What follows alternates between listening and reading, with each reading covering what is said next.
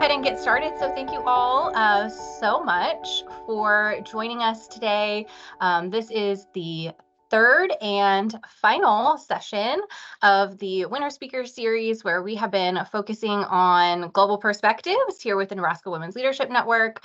And I'm really excited to have our two guests joining us today. That is, we're going to focus on international education. And as we were talking earlier, we really are just wrapping up this whole series with a bow, because our first two sessions with Brianne and Akriti, they both had such an impactful experience with their international education and study abroad experience that really changed the trajectory of their lives and how they've impacted their communities. And also 2 weeks ago with Dr. Nathaly, her study abroad experience, again, just really completely changed her life, and now she lives abroad in Cairo. So really excited to kind of wrap all of this up with that focus of international education. So again, very excited to have our two wonderful guest speakers here with us today. I'll provide brief interviews. So we are so thankful to be joining with Nathaly Jimenez, who is an international recruitment specialist for UNL here at the Office of Admissions. She is a strong advocate for education and its impact around the world. She represents UNL's recruitment efforts in Latin America and the African continent, providing support and advice to applicants and their families. Nathaly is originally from Ciudad Acuña, Coahuila. I even practiced that, darn it, and I missed it, in Mexico. And she grew up on the border, experienced a blend of Mexican and Texan culture, and dreaming of the world beyond. Nathaly holds a Bachelor of Arts in French from Angelo State University and has had the opportunity to visit 9 countries. She has worked as a foreign language instructor across Mexico and in Morocco. Nathaly really is hoping to explore the world as continuing to help others grow a more cosmopolitan and welcoming community everywhere she goes. She enjoys language learning, she is currently learning Arabic, and rediscovering the magic in the world through her daughter's eyes.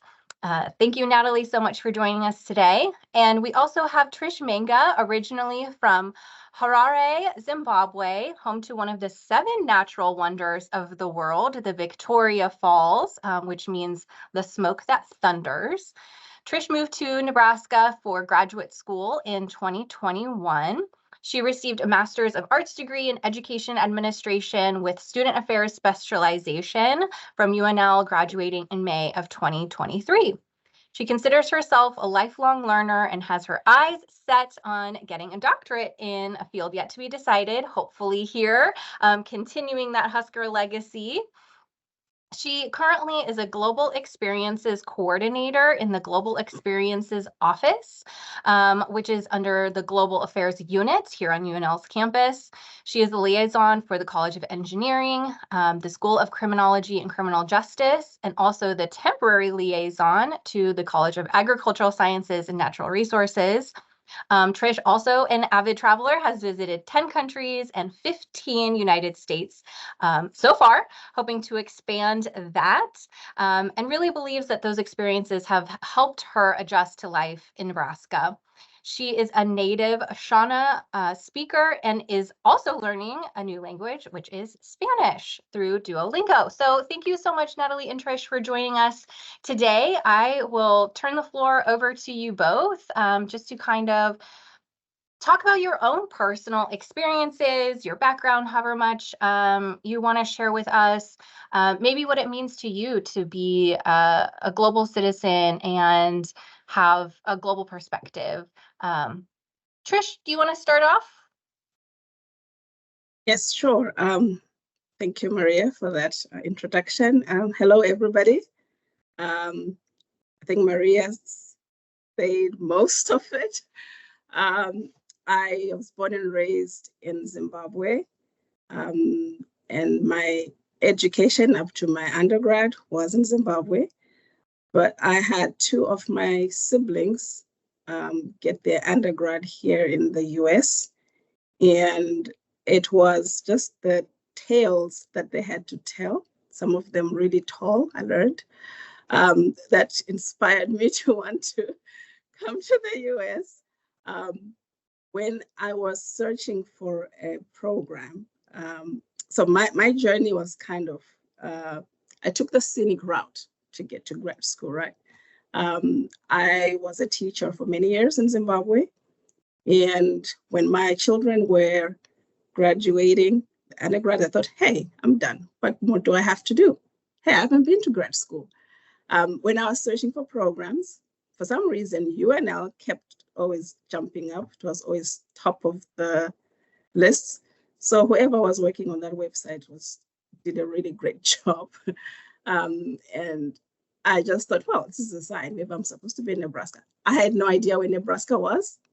And a lot of my family still doesn't know where Nebraska is. They think I'm in Alaska. But yeah, that's story for another day. But yeah, when I got here, so many experiences, some of which I will touch on as we go through this session. But my study abroad experience was me coming to UNL, right? And I had such a great experience that I'm having so much fun trying to have as many UNL students as I can to also have similar experiences. And yeah, it's been fun so far. Yeah. Hi, everybody. Thank you, Maria, for having us. Thank you for the wonderful introduction. Like Trish said, you said a lot. I guess path to Nebraska and international kind of citizen. I actually learned about UNL because my older brother was the one who actually attended here. And it was just kind of, you know, I didn't want to be the little sister that followed everywhere. And at the same time, a product of, you know, my environment of like, oh, but you're the girl, maybe you should stay a little bit closer.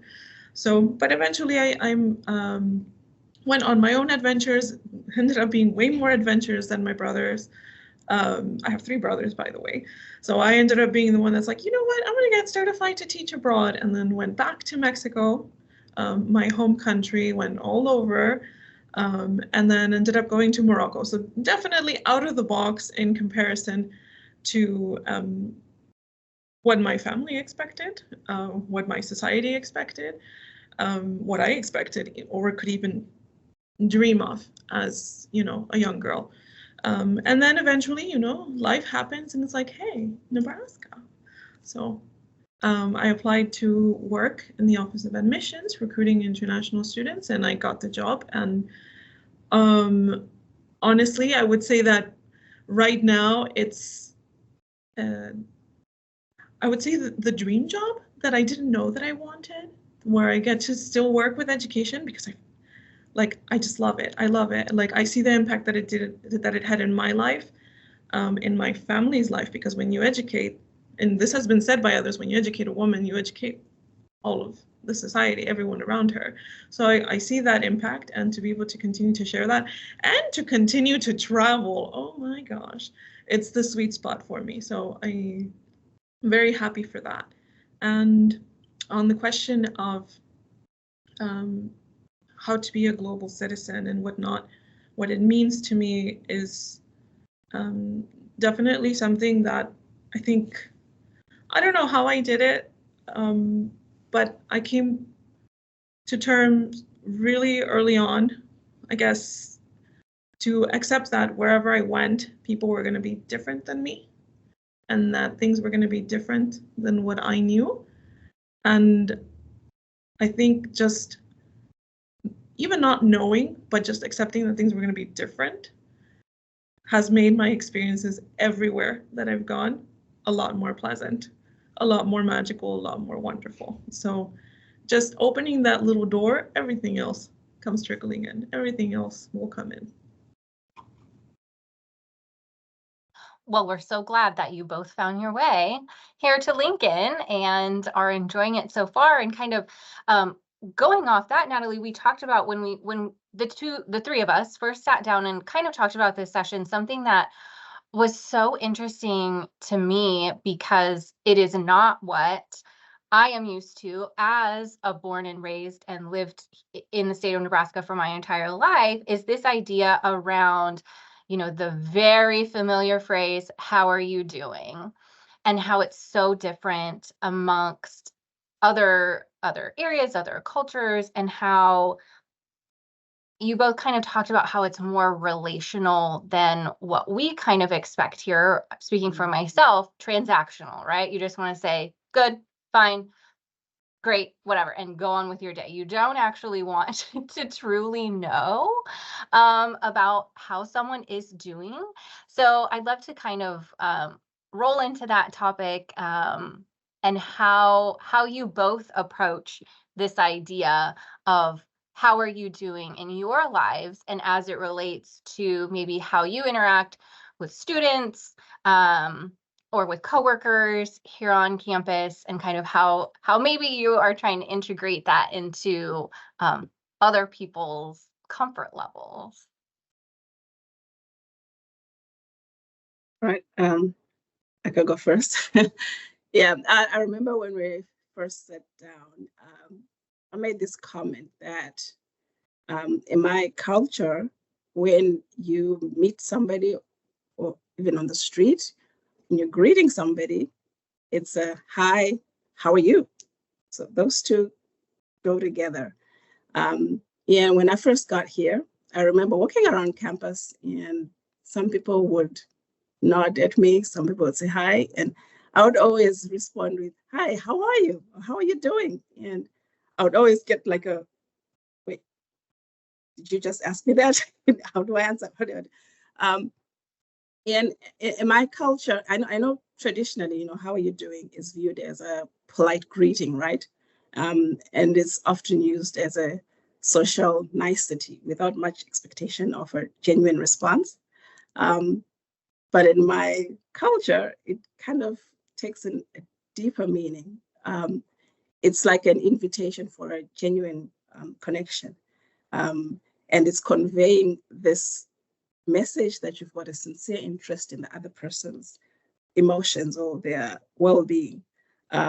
So rather than, just a superficial exchange of pleasantries. So I've had some of the most amazing conversations with complete strangers, and some people that I've just met on the street or a new neighbor has become really close, and some even like family to me, just because of that. Hey, how are you doing? And then just making that connection. So I think just recognizing that the relational potential of how you're doing and using it as an opportunity for a deeper connection, we can get to foster stronger relationships. I still get people who will be taken aback, but I'll still be that one person on campus that's going around saying, hey, how are you doing? Getting the funny looks, but yeah, that'll be me. I would say for me, very similar, and Brianne, who has joined us, will say the same now that she spent so much time in Mexico, that, when somebody comes up to you and asks you, how are you doing? It's a genuine question. It's not just like, hey, how's it going? That's great. Not just pleasantries to get by. It's not just a greeting. It's a lot more profound. And it doesn't mean, okay, well, get on the couch and tell me your life story either. But it is an opening to a connection. It is an opening of, I actually care about you. I actually want to hear about you. So for me to ask a student, hey, how are you doing? It's, it's an opening. It's like an opening that little door of, trust me, I am a safe space. And if you have something to say, whether it's like, my day's going great and I'm working on this and I'm working on that, or, my day's not doing so great, I can help with that too. And that's for students, that's for my friends, that's for my family. So for me, don't ask that question if you don't want a real answer. But I agree with Trish that that little question opens the door to so many wonderful conversations. And I think that I'm on the opposite side of that, not where people will necessarily look at me weird because they didn't expect the question, but they didn't expect me to answer. So then I give my answer, and sometimes it's like, oh my gosh, this is the conversation. What's going on? I just, so I think that, like I also, beyond the years of having studied and lived in the States, I still haven't quite gotten used to the just passing by, hey, how are you doing? I still actually say how I'm doing. And like Trish said, like, I'm going to keep doing it because I think it has a positive impact. Well, I can't wait for the day when I run into either of you on campus. I need to be prepared, and I will tell you how my day is. Coffee and cookies. Okay. So kind of transitioning a little bit into our main topic of international education, I'm really interested in hearing both of your perspectives, and maybe we'll start with Nathaly first with the recruitment side, starting to get students here first. We got to get them in the door and get them to stay on campus. But what does international education look like here at UNL? Maybe a broader lens, just kind of higher education as a whole. But what are maybe some pain points? What are things UNL is doing really great? Really interested in kind of that landscape. So I think we can work at it like from an inverted triangle. I think something that's really great, and actually one of the reasons why I really wanted this job was when I saw that plan for 2025, that I saw that one of the huge components of it was, being more intentional about being multicultural and diverse and whatnot. So the fact that that is part of the big plan, I think is already really, really good. That, that it's already part of the conversation, that it's not something that's going to come out of nowhere. So because that is part of the plan, and then the way that our team got structured. So before there was like 2 people that were doing all things international admissions, right? Sometimes just 1. And the fact that that is in the plan then translates to us being an actual full team with me, an assistant director, and a director here on campus, as well as representatives in Europe, China, India, and Vietnam is major, right? So because we are several and we are in different areas and we get to cover different areas, we also get to be more intentional about what we are doing. We get to specialize in a sense. So like Maria said in the introduction, I work with Latin America, I work with a lot of African students, and those are really big chunks of land, chunks of world, but I still get the time and ability to say, okay, well, this works in Mexico, or this didn't work in Mexico. It worked great in Brazil, but Brazil is Brazil and Mexico is Mexico. And I get to then say, okay, this is Africa. My students from Morocco ask the same questions as my students in Senegal, but these questions are different. So I get to kind of delve a little bit deeper, get to know a little bit about those education systems better, again, because we're allowed to have a team.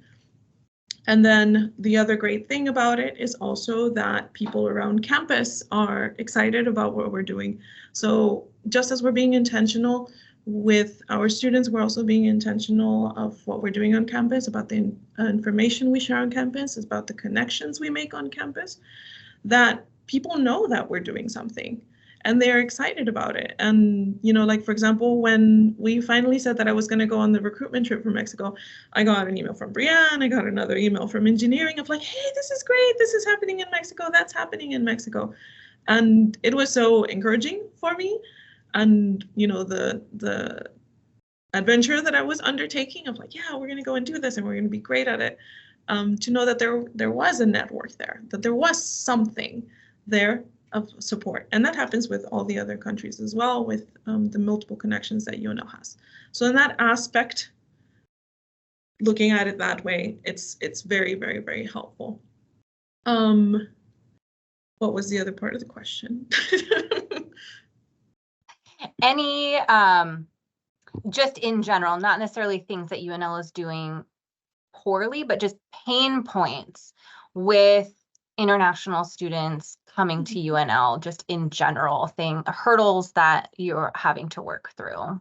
Okay, so I think this is something that we discussed when we first met, that we still have a ways to go when it comes to the students actually being on campus, and the expectation of them assimilating to us, but we don't always assimilate or accept some differences, or not that we don't accept, but maybe we're not as trained or as knowledgeable to be able to help them coming here. Like, just to make them feel more welcome. It doesn't mean that we're not friendly or anything, but just maybe a little bit more cultural training would not be hurtful.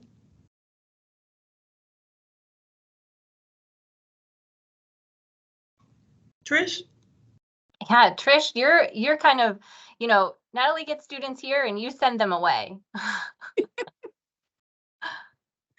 Yeah, story of our lives. So yeah, the Global Affairs Unit is, it's a vibrant tapestry. I like to think of it as a tapestry.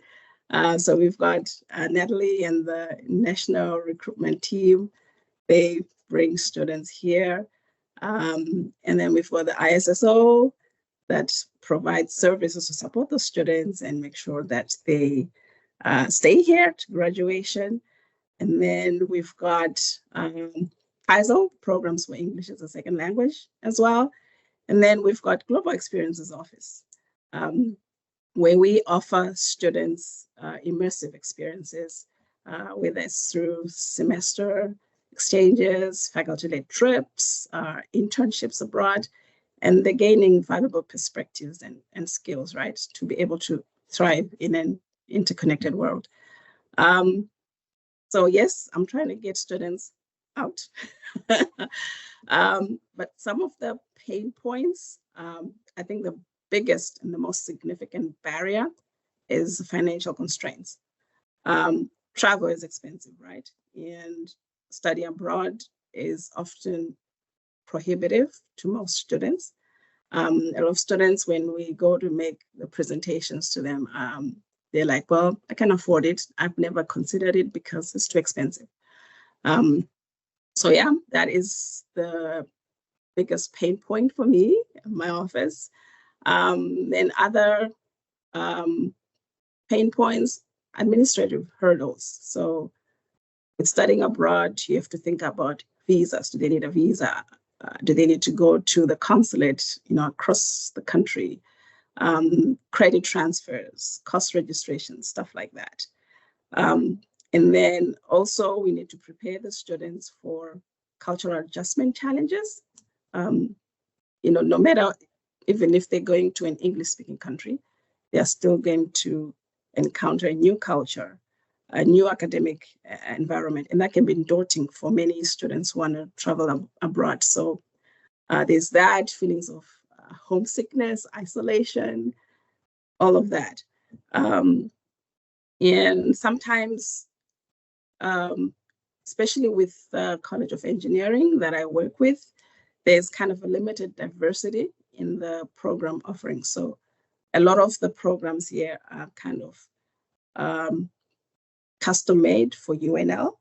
So sometimes it's difficult for students to find programs that they can do abroad. So even if they're interested in that experience, it's more of a challenge.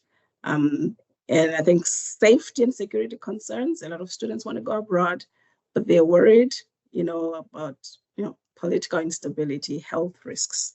And also all those things influence students' decisions when they're thinking about studying abroad. But we do ensure the safety and well-being of all our students. We've got a director of global safety and security in global affairs. So he looks at each and every program that we send our students to. And we're not going to send our students to any part of the world where they could be in any form of danger. So, yeah. Pain points, I think that's about it. And what is UNL doing well? I think there's comprehensive support services. So this is me putting a plug so I don't lose my job, right? So yeah, so students studying abroad, like I said, we've got our director of safety and security. We've got partners in almost every country that are available 24/7 if ever our students need any assistance. We've got diverse study abroad programs. I know I did say some majors will have some problems with finding programs, but there's such a wide array. So even engineering students can find courses that they can take as electives, So yeah, I think, and we also have financial aid and scholarships that students can apply for. So yeah, I think those are some of the things that UNL is doing great. And we've got a lot of cultural programming and events, usually through the ISSO, which help with all that. So yeah, I think UNL's policy of every person, every interaction matters. I think it comes through in that we try to include everybody. There's a lot of diversity in UNL, so yeah, we try to make sure that we've got diverse and inclusive programs. So once we get a student to either enroll at UNL or to, realize all of the positives in studying abroad or traveling abroad, what could be the lasting impact of international education? And I think we kind of talked about individuals, but then communities as well. So really interested in how you both view what those impacts could be and kind of that ripple effect across individuals, families, communities, and what that looks like. Trish, do you want to start? Yeah, I was actually jumping up and down in my mind. I'm like, oh, can I go first? Can I go first? Yeah.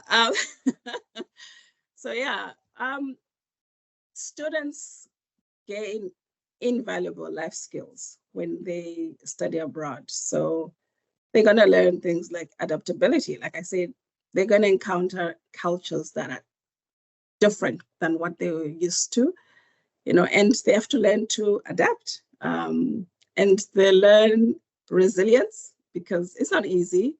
I would know I had to adjust to living in Lincoln, Nebraska after many decades of living somewhere else. So you do learn to be resilient and you gain a whole lot of intercultural competence. And those kind of experiences broaden your perspectives. So before I came here, my whole idea or my vision of what the US was what I see in the movies, right? So it was New York, LA, Miami, and then I came to Lincoln. So, so yeah, a lot of perspective shifted there. So yeah, it broadens their perspectives and it challenges, the assumptions.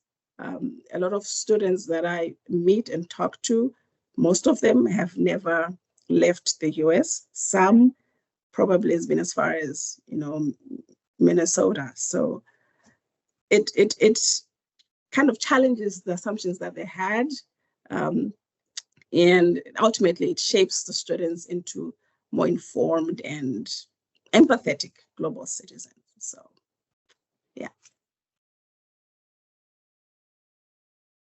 I think for the international students, coming here. First, the catchphrase for my job, you're getting a wonderful education at a reasonable price, like 10 school, you know, so that that has to be said.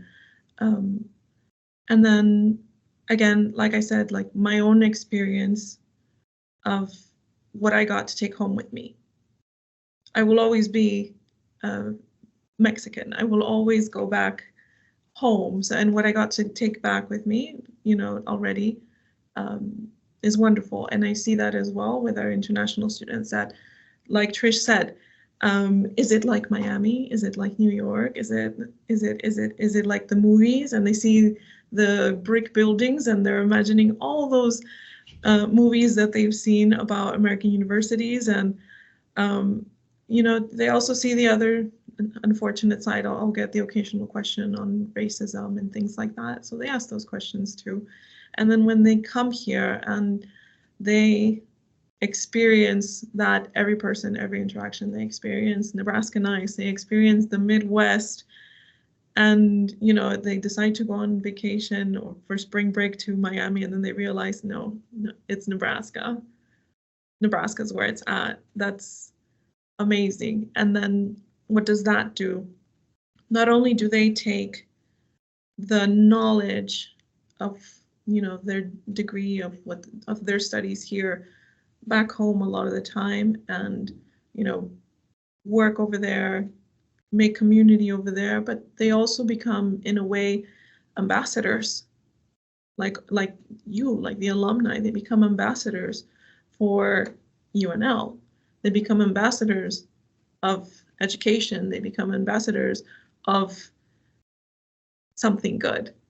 So that's what they take back home. And then what they leave here as well is the diversity and the cultural knowledge that they share with the students, the domestic students, the students in the US.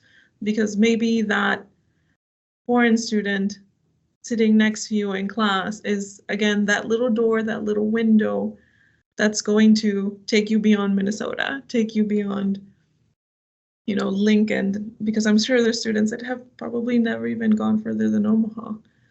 It can happen. I remember in Texas, this was the case, that there were students that had never gone out of their very, very small region in Texas. So again, it's effects that travel back to the countries of origin, and it's effects that stay here on campus, positive effects, little windows of knowledge that eventually help chip away at that idea of those people over there that are different from me. So that's how I see the impact of those international students coming here. And I think Trish mentioned this, the interconnectedness of the world. Trish, do you want to expand on that? I think that flows just perfectly from Nathaly's sentiments. Oops, have I unmuted? Yes. So yeah, you know, this diversity in our student body here, it enriches the academic discourse, right? And it gives for diverse perspectives. That certainly was the case with my cohort. I was in a class with some students who had never left Nebraska.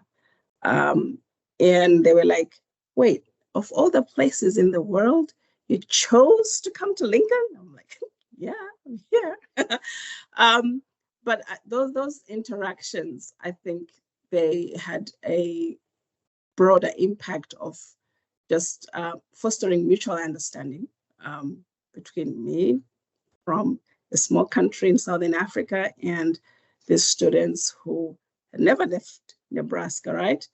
And I think those kind of interactions are what, in my view, are the door that Nathaly mentioned that could promote, you know, peace and cooperation on a global scale. Because I'm going to go back home, right? I'm talking to people back home. They're like, what is this place that you say you're living in? You know, I know people who are maybe on the East Coast, they've never been to the Midwest, but they're like, hey, can we visit? I'm like, yeah, come on up. I'll show you a bit of,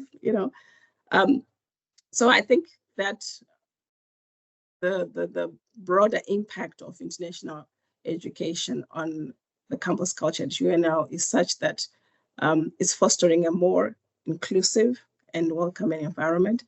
And I think that promotes, cross-cultural understanding. So yeah, I hope UNL continues to invest in international education.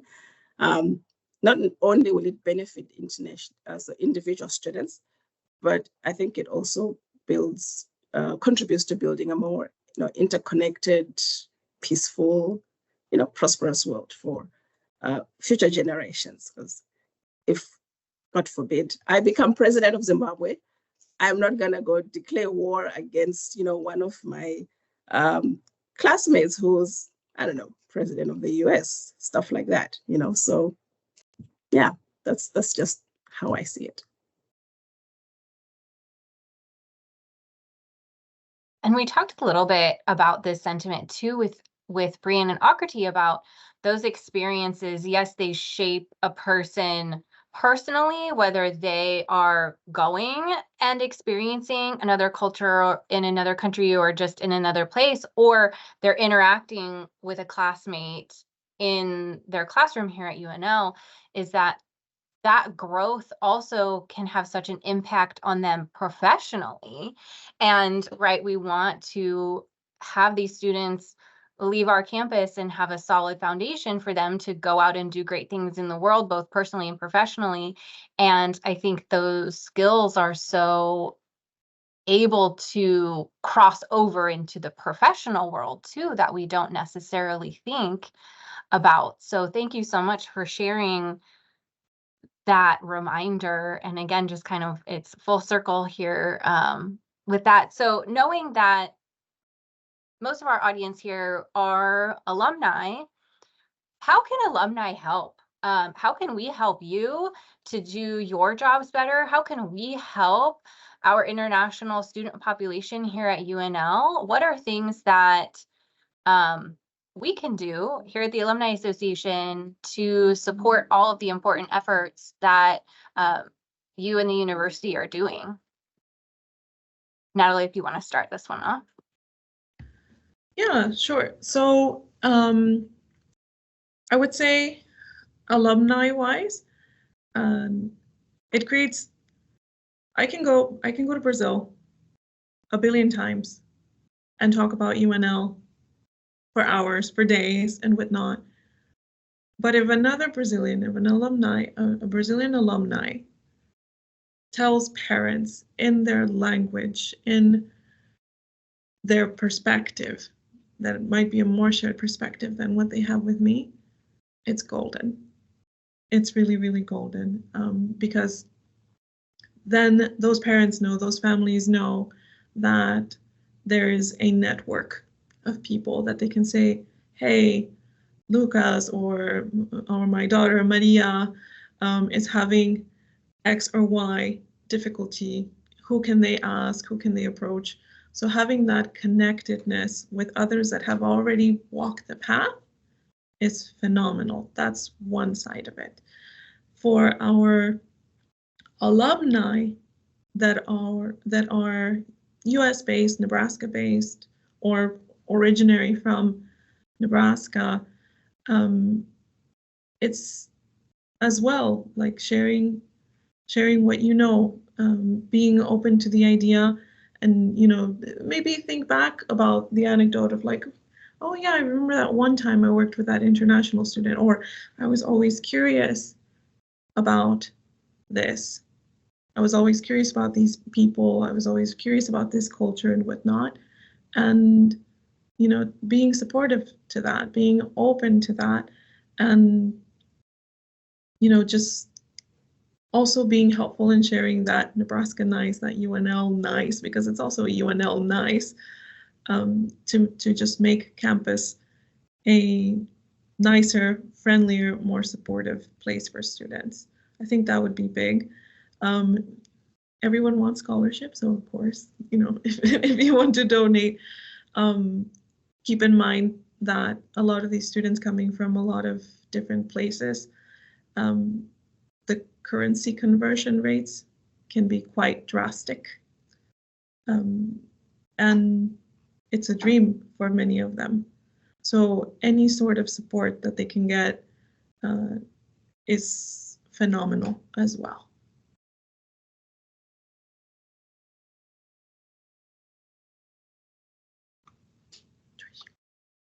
Yeah, so I think Nathaly mentioned most of them, but another one that I want to add on to, mentorship and networking. I think that's one of the biggest things that alumni can help with. So if they're able to serve as mentors to current students, or even newcomers, I mean, the number of mistakes that I made when I first got here, just because I didn't know that, oh, you don't do this, things like, missing social cues, that kind of thing. So I think alums can offer guidance and advice and, insights based on their own experiences. And of course, the biggest one, financial contributions. We've got scholarships that we run through our office. And if alums can contribute financially, those funds can support students who are thinking of going abroad so that they can participate in those programs. Or even, guest speaking at workshops. You can share your expertise and insights. You can discuss topics, such as career opportunities, cultural competency, and yeah, that goes a long way. And just advocacy and outreach. You can advocate for the importance of international education and its impact on personal and professional development. Before I came here, you would not have asked me to be part of this discussion, because I was like, no, I can't do that. I'm too shy. I don't have anything to say.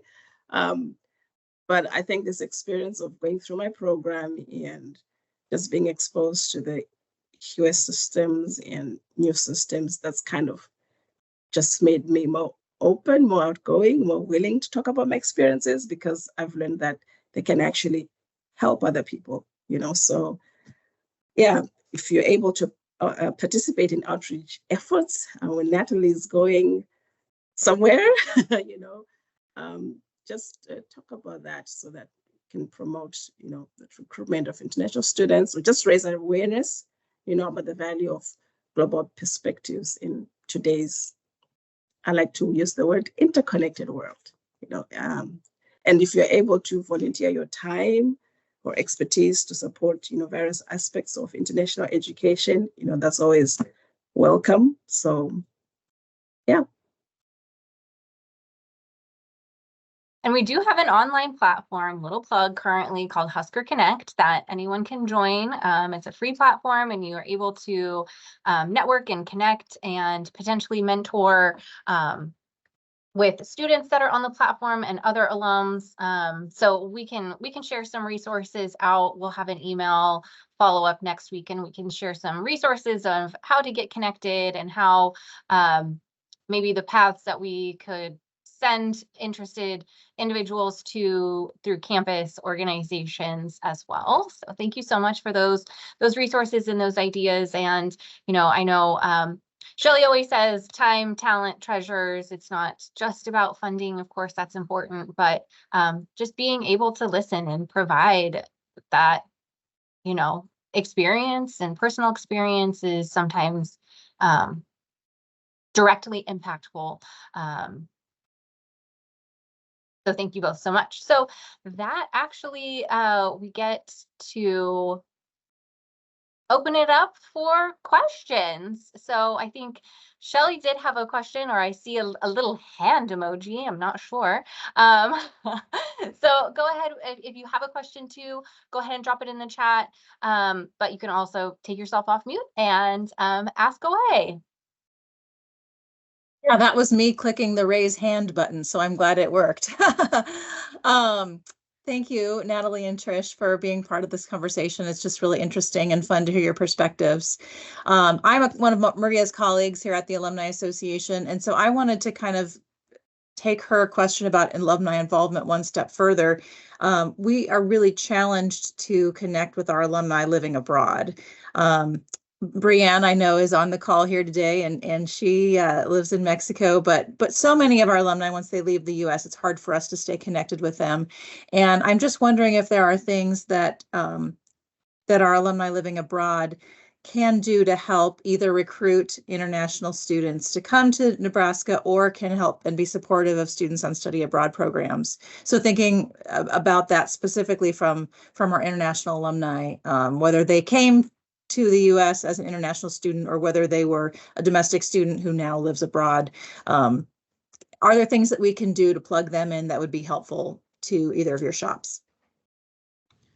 I think that, and I say this a lot and very often to a lot of people, there is nothing wrong with over communicating.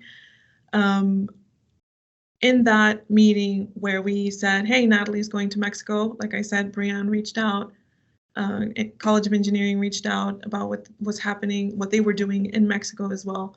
So I think it's super important that we actually stay connected and communicate with each other, even if it seems like, oh, well, I'm just going for like 2 days. The impact that it makes to have someone from there. So for example, the first time I went to Brazil, Dr. Daniela Matos from the College of Agriculture was in the Sao Paulo region, and she joined me for school visits and a recruitment fair. The knowledge that she was able to share as someone who left Brazil to study in the States and eventually get a master's, get a doctorate, and now work at UNL, and what that experience was invaluable for students that were asking me about graduate programs that I had no idea about, but also helping those young students that are looking at undergraduate of how far you can actually go with a program. So having her there was invaluable. Having Brianne in Mexico and, you know, her wealth of knowledge of everything that she knows that is happening everywhere, she was able to share with students things that, again, myself, not having been a student here, wouldn't have known. And then also because of her job and what she does. So it's just so helpful. So at least from my part, I would do my best to let you all know, hey, I'm going to be here, I'm going to be there. And if you find out of other people from my team that are traveling, then, you know, just send a quick note. If it's possible to meet up, fantastic. If it's not possible to meet up, it's still great to say, hey, by the way, there's these alumni that are living in your area. If you ever want to connect, we can, you know, matchmake, we can connect you all. There are some instances, like I know in some of the trips that have been done to India and Vietnam, where they do alumni kind of invites and reunions where they're hosting an event for students that are thinking about coming to UNL, and they will invite alumni and their family to come and you know, basically give testimony of like, yes, it was great, we loved it, we loved being there, and you know, if you want to go there, here are our tips and tricks and all the fun stuff. So in that way, I personally find it helpful.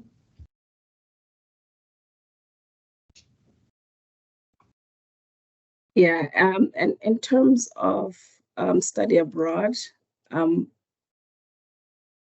is a lot that can be gained from, you know, students meeting with or just chatting with a student who went to UNL who is in Thailand, for example. They might decide to go to Thailand and there is actually a UNL alum in Thailand. And for them to make that connection, I think it would be really great. And even for some of the faculty-led programs that we have, it's great that faculty are taking students to some amazing, amazing destinations. And if there's alums in those places, there's also a lot to be gained by a person who is from that country to actually be maybe taking part in the pre-departure orientation, for example, or their orientation when they arrive. It just gives a nicer touch. We always work with vendors in those countries, right? But I think it'll be even greater of an impact if a UNL alum can be, part of those experiences. So yeah, that's another way that I feel that alums can get involved in study abroad.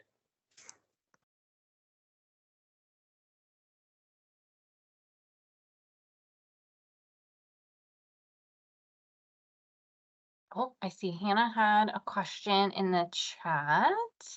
So Trish, do you see any changes of how students study abroad in 5 years? And then secondary, Nathaly, do you see the way you recruit international students being different in 5 years? Ooh, Trish. Yeah. Okay. So yeah, we just had a mini chat about this before we started the meeting, right? And I shared that we are actually seeing an uptick in the number of students who are going abroad post-COVID. Of course, there was that lull during COVID. Nobody was going anywhere. But we're seeing higher numbers of students wanting to go abroad. So I do believe that we are going to keep on seeing those increases. And the more students are actually starting to think about this earlier and earlier. So you find freshmen in their very first semester setting up appointments to meet with me to discuss, going abroad. And when they start that planning earlier, we can get to make a plan of how they can raise some funds, and they end up realizing that goal better than if they start later. So yeah, I think we're going to be having more students going abroad. And as far as recruitment in the next 5 years, the elephant in the room, the enrollment cliff, I think it's going to be vital that we continue to be intentional in what we're doing and keep going full force, because if we expect to continue our enrollment across the board, not just of the international body, but the whole university, then we're gonna have to keep pushing on what we're doing abroad to bring students to make up for maybe the students that we will not be seeing domestically anymore. So I'm not the one necessarily to make these decisions, so I don't know if our team would grow. I know that there was recently an approval for us to work more with agents. So I know that that's getting looked at to make sure also that they're gonna fit the Nebraska NICE, the UNL NICE plan that's gonna, get us a match student-wise, that we're gonna get students that are going to be a good fit for UNL. I'm excited. I'm personally excited. I think it's a big project to see what we do recruitment-wise in the next 5 years. I know that I have my kind of vision board of oh, this would be cool, this would be cool. If we could, see some goals materialize, see some exploration maybe into markets where we haven't been able to go in as profoundly as in others. So we shall see. I have a question for you both, and I think we are getting near the top of the hour, so we'll just let this be the final question. And just wanted to make sure you both saw Brianne's comment there in the chat. Just grateful for each of you bringing your passion and talents to Nebraska. Echo that. It's been absolutely lovely getting to know both of you. But final question for me is, what is really exciting for both of you, maybe looking into the rest of this calendar year?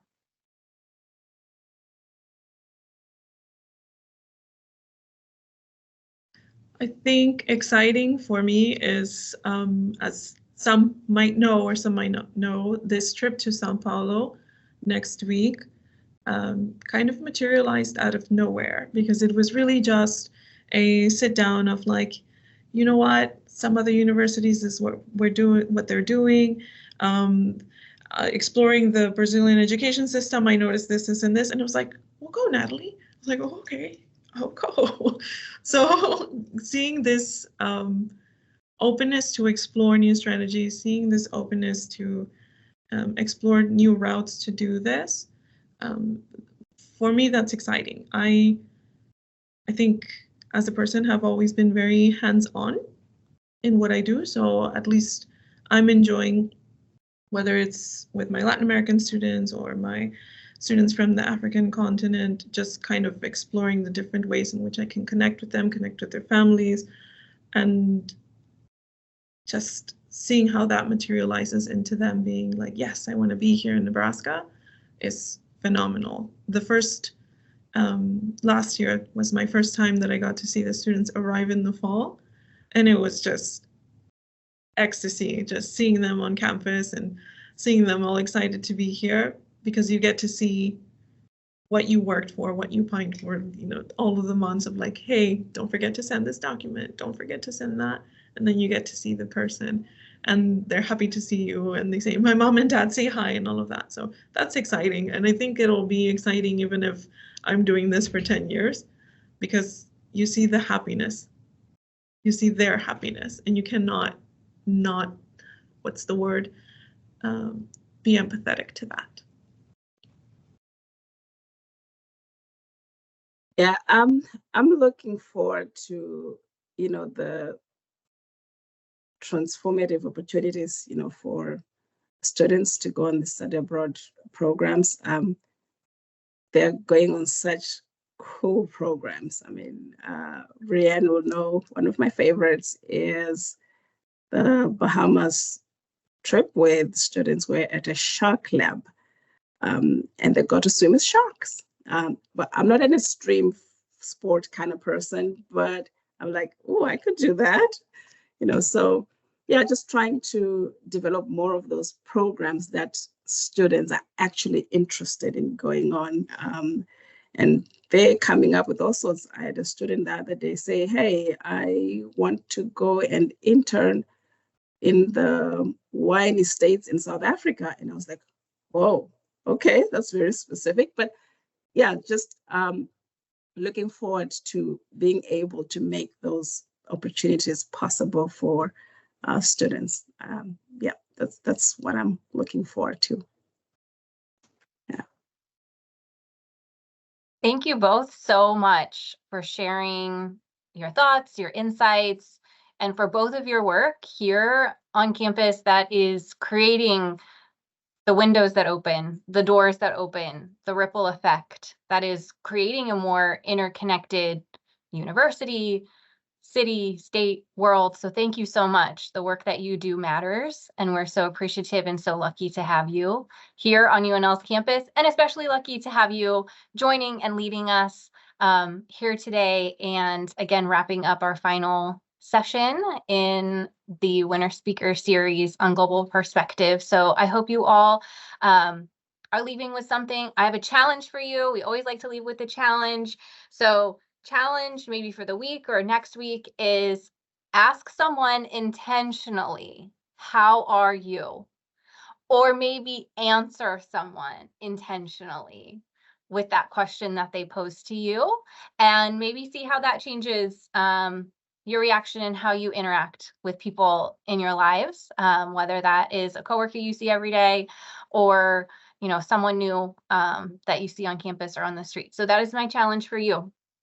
So thank you all again so much for joining us today. Thank you so much, Trish, Nathaly, for everything again that you all do. I hope everyone goes out and has a great rest of, again, Women's Week here and celebrates accordingly, and happy Women's History Month to you all. Again, thanks so much for joining us. Have a great day and go Big Red.